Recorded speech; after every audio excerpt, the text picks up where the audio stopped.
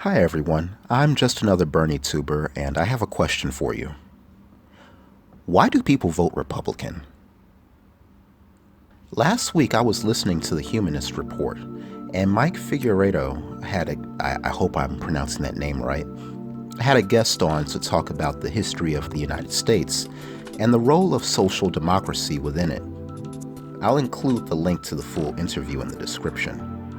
Anyway, the guest, Harvey Kaye, that's spelled Kaye, did an amazing job of validating the left's contributions to the history of America, showing how figures like FDR transformed America and made it a much better country to live in.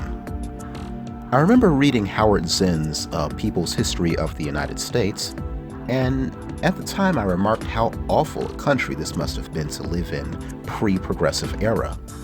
Sweatshop working conditions, raw sewage in the streets, city leveling fires, all things I would not for a moment tolerate here in China where I'm recording this, used to be the norm for the United States, no matter your race.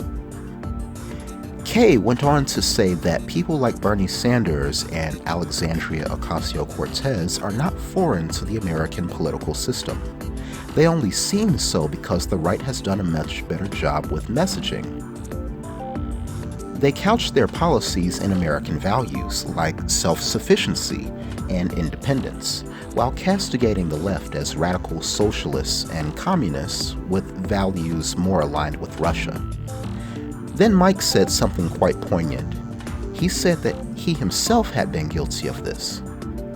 By comparing policies implemented in Scandinavia to their possibilities at home, he had ceded the Americanness of the ideas. Which was odd because, as he said in the interview, when Michael Moore filmed the movie Where to Invade Next, he traveled to so many countries to grab their great policy ideas and bring them back home. But towards the end, we find out that the ideas they implemented in Europe had originally been American ideas. In a way, he was reintroducing us to ourselves. When Martin Luther King gave his famous I Have a Dream speech in Washington, he was fully aware of the naked hypocrisy of the Founding Fathers who owned slaves, yet he used their own words to forward his cause. We hold these truths to be self-evident that all men are created equal and are endowed by their Creator with certain inalienable rights, that among these are life, liberty, and the pursuit of happiness. As they whipped, sold, raped, maimed, shot, and hung slaves. I must admit I don't hold such men in high regard for this fact alone. Could you really blame me? My grandmother was a sharecropper in Mississippi. That's the closest you can get to being a slave post-Reconstruction. To me, most history movies and reenactments of the founding of America just ooze propaganda. They don't resonate with me, knowing who and what those men were. But King moved past that sordid history to lay claim to something right, they said. I guess I can learn from him. Perfection need not be the requirement to hear the truth someone might have to say. So why do people vote Republican? Because Democrats have done a poor job selling their platform.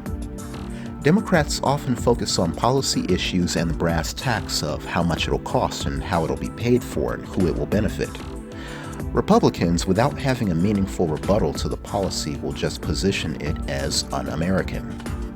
For many voters, that's enough, since they view America in a positive light and hold its founding as sacrosanct. This is why failed policies like supply-side trickle-down economics continues to resurrect like a zombie after repeated national failures. It's sold as liberty for those who have done well in individualism to let them excel as far as they can, with the expectation that their success will create better opportunities for the rest of us. They tap into the pioneer spirit that's at the heart of America's identity. Strangely, anything that is different is seen as un-American until it works, and then the pioneer of the idea is heralded. Anyway, patriotize every single progressive policy idea that you have. If you cannot explain it in the framework of American values, not Scandinavian values, not Western values, not even human values, you will have a difficult time gaining traction among mainstream American society. Example: I love the way Bernie Sanders fashioned himself and his candidacy after FDR, arguably the greatest president in American history, the four-term president who kicked off the progressive era. He shifted the Overton window such that even Republicans had to become more progressive.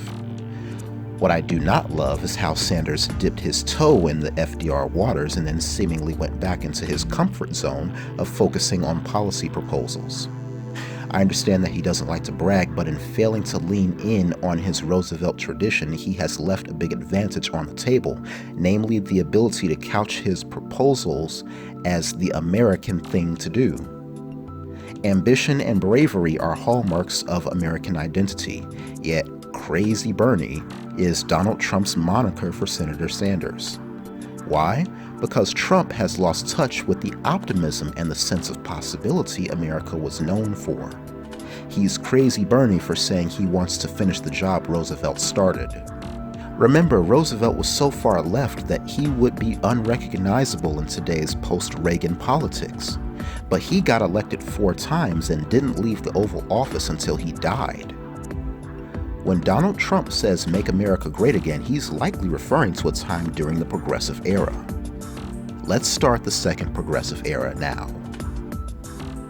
I appreciate your time watching this, and I hope that if you learned something from this, please consider liking and subscribing and sharing this video as I continue to ramp up production for this channel. But more than anything, don't just sit on this knowledge. Go do something with it.